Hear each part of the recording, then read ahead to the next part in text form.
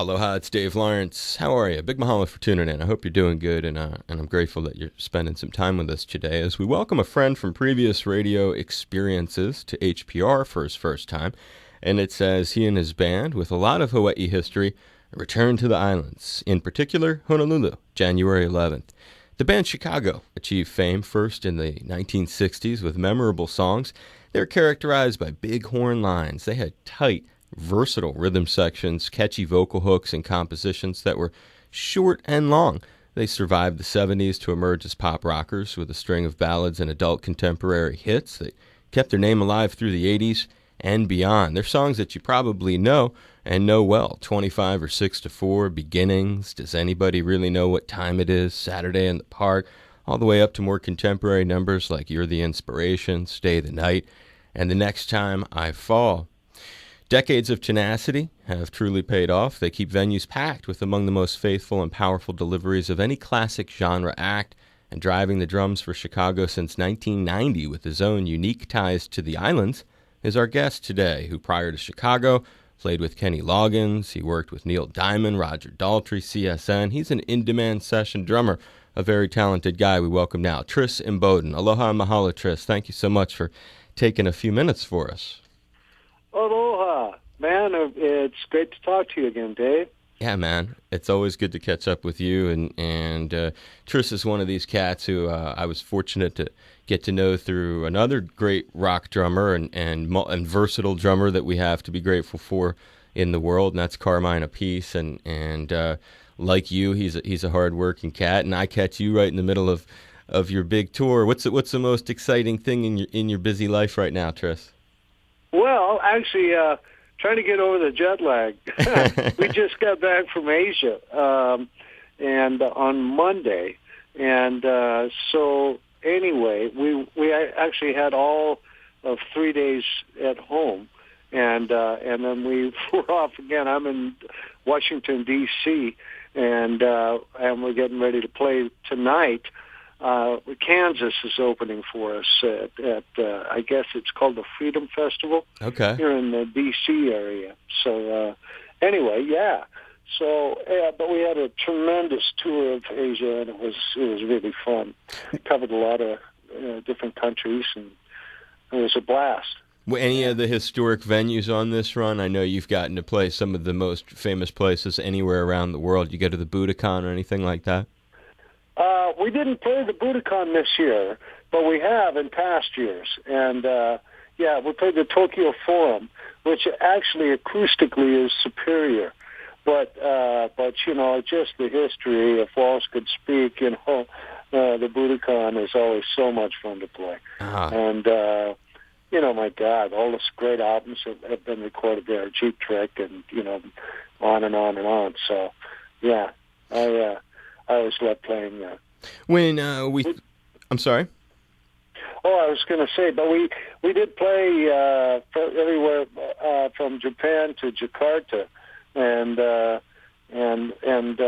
Singapore, Kuala Lumpur, which we'd never played before, which was really interesting, and beautiful, beautiful country, and Singapore is like it was built by George Jetson or something. It's just so over the top, modern, and cutting edge architecture. It's just amazing. And then we played Bangkok and Hong Kong and all, and it was really, really fun and gratefully very, very successful.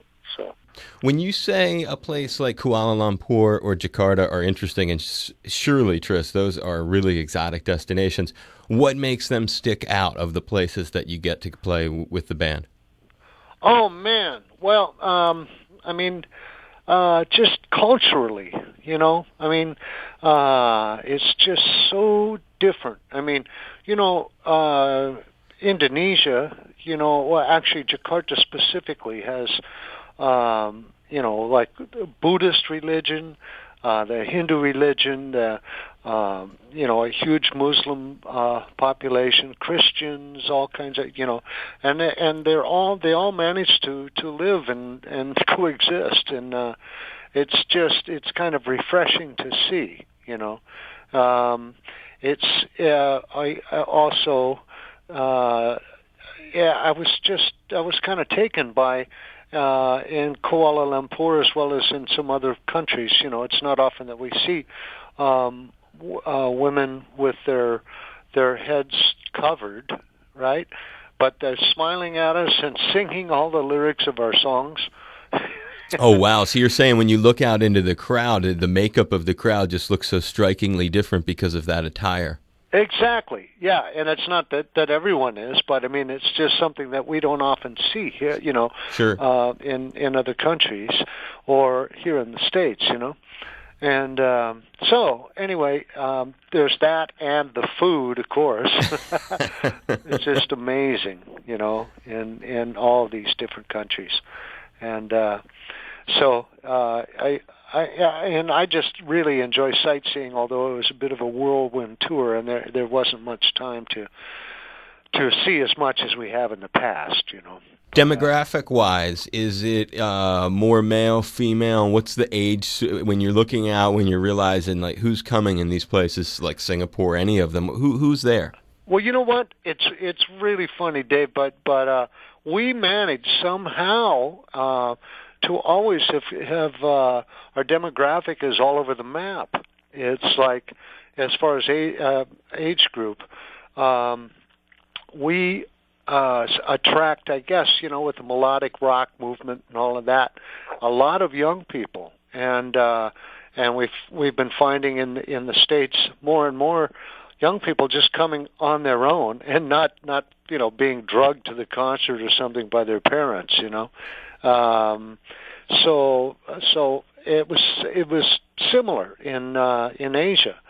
So I think that I mean, like I say, the demographic ranges from late teens to 60, 70 years old. So yeah, it's amazing. It really is. We're so blessed, man. But oh yeah, you are. But visually, you're painted a great picture. You're saying of all the different stops on the tour, or wherever you go on the road with the band, I can imagine that it just looked different the way you paint the picture of what the audience looked like, their clothing, the whole cultural differences of connecting with a place like that. What are the songs? Are there any particular eras of the band, Tris? Because Chicago is also noteworthy for surviving and doing so many different styles of music, different formats, if you will. Are there any eras that are bigger there, or is it just all across the board as well? Well, it's just kind of all across the board too. Of course, there's songs that were big all over the world at the same time, such as "If You Leave Me Now." That is recognized by young people and old people alike, and I guess at the time. I wasn't in the band then, but it was number one all over the world at the same time, and so that's one that always gets a big kind of ovation. But then all of them, Saturday in the Park. Does anybody really know what time it is? You're the Inspiration, from the '80s, and Hard Habit to Break as well, and. So many, Just You and Me, and it's very similar all over the world. The songs that really resonate with people. And one of the interesting things, all these melodic songs are obviously, this is a state where melodic, softer sort of sounds have been very successful, whether it's, and funkier rhythmic sounds too, whether it's Tower of Power, Stylistics, Hall & Oates, America, Chicago. There are certain Journey. There are certain bands that are notoriously big in the islands. Aside from that, you have your own personal connections to Hawaii too. Tell folks a little bit about how you returning to Hawaii with the band Chicago has its own personal return. Oh man! Well, first of all, I was I was able to live my dream for about 7 years. I lived on the North Shore of Kauai. And for me, that was, I first came to Kauai, or Hawaii actually, in my early 20s, about 1973, with a band called Honk. We had done the soundtrack for Five Summer Stories, a surf film that became really big, and we had a number one record in Hawaii. So we came and played at the university. And we were just, hippies and back then. And the filmmaker said, "Hey, you guys are here. you should go to Kauai. So we all went to the North Shore and stayed out in Hyanna at Hana Lake Colony Resort. And for a month, we each had our own condo and spent all the money we made. But I swore at that time that I would one day make it my home, or I hoped that it would be. And sure enough, it came to pass, and it was just amazing. So there was that, and then of course over the years, I had recorded with C&K. I did that song "Good Times Together," and actually that whole album. And I still hear it when I come home to the islands. They're still playing that song, and then I played and recorded with Kalapana as well, and I more recently recorded with Amy Hanai Gilliam, and anyway, I've been a lifelong surfer too. So I have so many friends that live in Hawaii, and man, I mean, it's my home. I really feel like it's my home, even though circumstance now makes it so that I'm living at the beach, but it's in Southern California, and it's not nearly the same, man. I want to come home, man, to Hawaii. Oh, it's still cool though. At least you got the spirit. I can hear it, and such deep connections to the islands that go back quite a long ways, man. And that very first gig with Honk that you were talking about at the university, that was at Manoa here on this island, yeah? Yeah, exactly. Yeah, That's historic stuff, man. Oh man. And your other gig in between, I mean, you've had a lot of gigs. You've worked with a lot of very important people. But Kenny, who you worked with, Kenny Loggins, for a while, Kenny, of course, is another guy who's really popular here in the islands. Oh, yeah, man. And we always love coming with the Loggins Band to Hawaii. And, in my career, I am so grateful to have worked with Kenny. He was a real drum aficionado, and he kind of pushed me and encouraged me to do different sort of drum parts on his songs, like "This Is It" and "Heart to Heart," and some songs that were, and "Footloose," for example, too. There was that drum breakdown and all, and it's just I was able to be a part of some just amazing records. He is such a great songwriter, and I'm such a fan of particularly the tunes that he and Michael McDonald wrote together. I really feel honored to have been a part of those.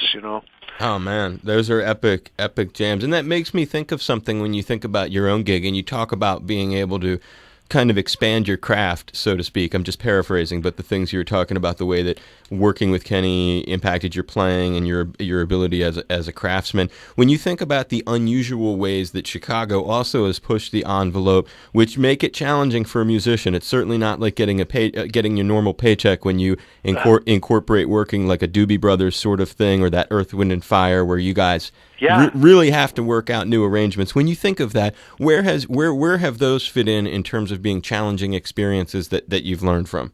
Oh man, all of those, or both of those in particular. We just finished touring with the Doobie Brothers this past summer, and during a portion of the show, we actually played together. And they have two drummers already, right? And so in order to fit three drummers together and a percussionist, because we have an incredible percussionist with us now, Walfredo Reyes Jr., who is a third-generation Cuban drummer and percussionist par excellence, man. I mean, his dad is legendary. He's legendary. He's played with Santana, right, and Stevie Winwood, and so on and on and on. And so anyway, we all have to be gentlemen, to say the least, to make it all work.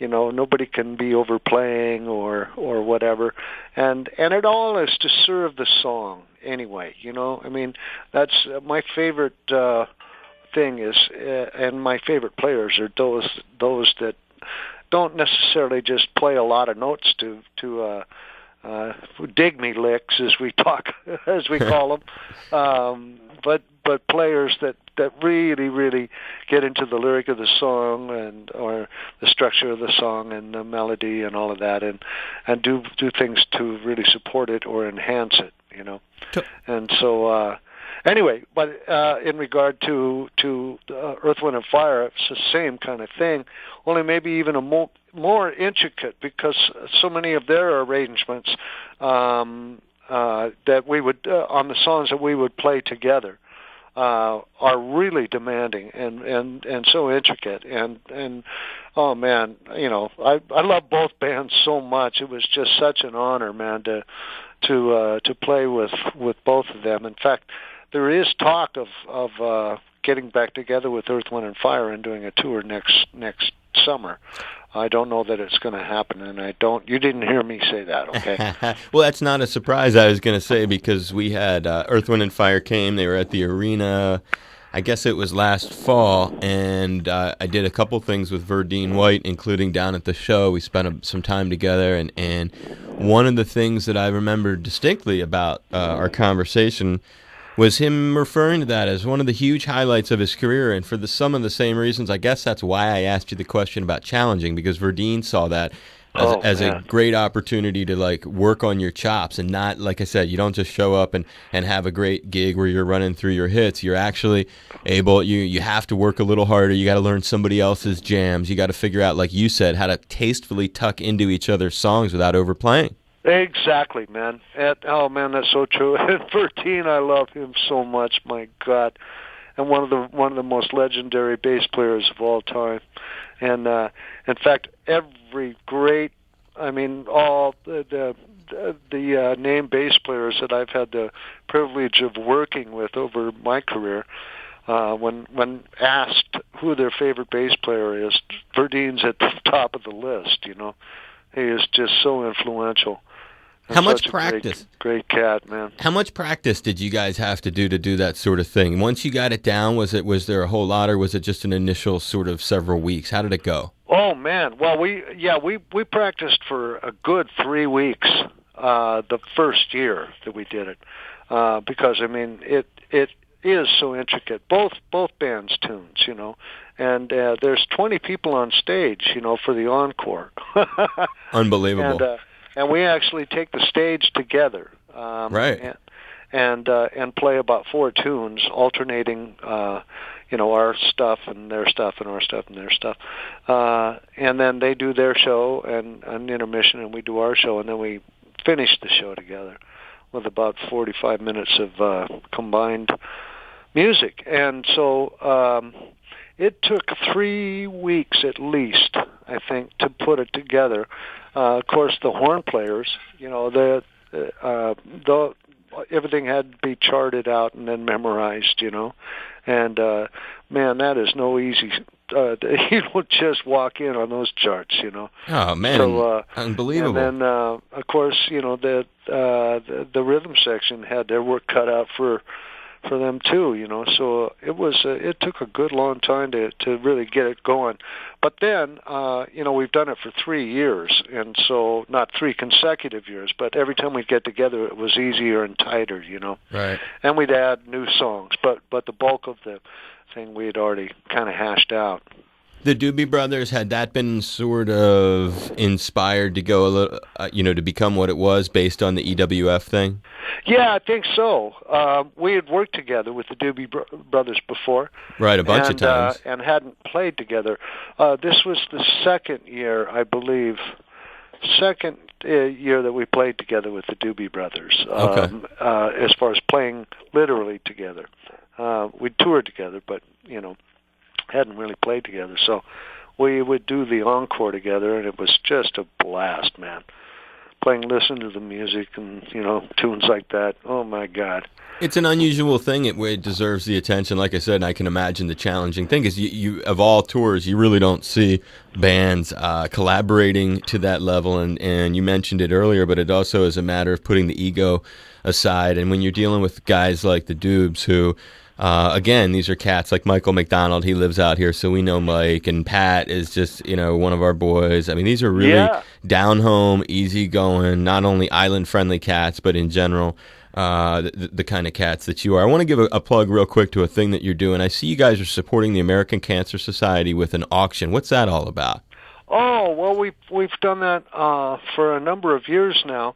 We actually auction the opportunity for whoever is the highest bidder to come up and sing "If You Leave Me Now" with us and sing with the band, and then all the money, of course, goes to the American Cancer Society, actually to try to eliminate breast cancer.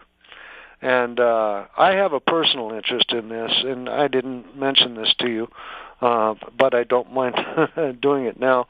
In that, I lost my mother, well, not to breast cancer, but she was a 30-year survivor. But I myself am now a cancer survivor of 3.5 years, and although it's a different sort. Anyway, it's really been sort of uppermost in my mind and my reality in recent times, in recent years, and man, so I am so happy that we are able to contribute in some way to the elimination of at least one of these horrible forms of this insidious disease, and so I'm really glad we're continuing to do that. Oh, and I'm just sending you, obviously, much aloha. It's great to hear that you're doing good and are the survivor that you are, because that's really heavy-duty stuff, and you've done a lot of good things, not only through your playing for the world, but obviously to help enable an ongoing effort like that where the band are able to give back. It's good to hear you're doing good, too. I high-five you on that, Tris. Thank you, brother. And another benefit, same sort of give-back spirit seems to be at play with the thing that's happening at B.B. King's. You guys got the Musician on Call thing that's going on? Oh, no, I didn't. You caught me by surprise. Yeah, it's your website. They got this thing. No worries. I'll zip it out of the thing. There's just this thing going that's on there. I didn't know about that. Nah, no worries at all. That's but great to hear. And when you're here in town, I'll let you go because you've been a prince with so much time with us today. When you're here in town, maybe we could record something brief for our next pledge drive. It'd be wonderful. I'll slip down at your convenience, just record a little in-person thing. Would that be okay? Oh, it'd be great, man. I'd love that. Or maybe I would absolutely love that, Dave. It'd be great to hang, too. Yeah, man. And of course, I'd like to take you out for some margaritas and jerk chicken or something real nice while you're here. I'll have you by the studio, meet some folks. That'd be great, man. I hope you had fun talking today, too. Oh, I always do, buddy. And I'm telling you, man. It means a lot you would take time. Ultimate Christmas Collection, you guys are hot on that. That's the latest thing, correct? Yeah, that just came out. Rhino put that together, so... Yeah, we've had so much Christmas music out. They decided to compile it, I guess. So Are you on that whole thing, or how many? Yeah, That's nice. Yeah, I've played on everything from when I joined the band till now. So that's all new recordings. Yeah.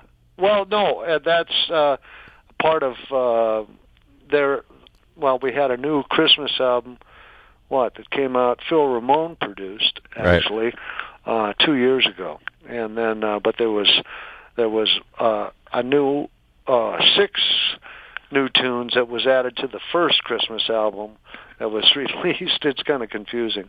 A number of years ago, I forget the year, and then the first Christmas album came out in the 90s.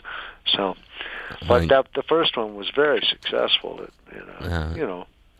That's a nice thing. That's a nice thing. You can touch on so many different facets of life, from playing with different bands and incorporating their music into yours, holidays and sessions, and Kenny Loggins and CSN, all these different cats. And we just are grateful that you would be so generous to give us a few minutes here on Hawaii Public Radio. I really do appreciate it. I hope you had fun today. I hope this kept your mind working as we went through these different topics. Oh, absolutely. It sure did. I always, like I say, I always enjoy talking to you, Dave, and any time, man. I look forward to doing it. So. Well, we'll stay in touch as the shows come closer, and again, it's Tris Imboden of Chicago taking time for us here today. Big mahalo, Tris. Mahalo to you, bro. Aloha. It's Tris Imboden from the band Chicago. We're tuned to a show where all things are truly considered with my friend Dave Lawrence. Aloha, it's Tris Imboden from the band Chicago, and there is no better place to be than here at 420 with my friend Dave Lawrence on member-supported Hawaii Public Radio. And Dave's even letting me say these magic words. Okay, Brother Dave, make it a Chicago 420.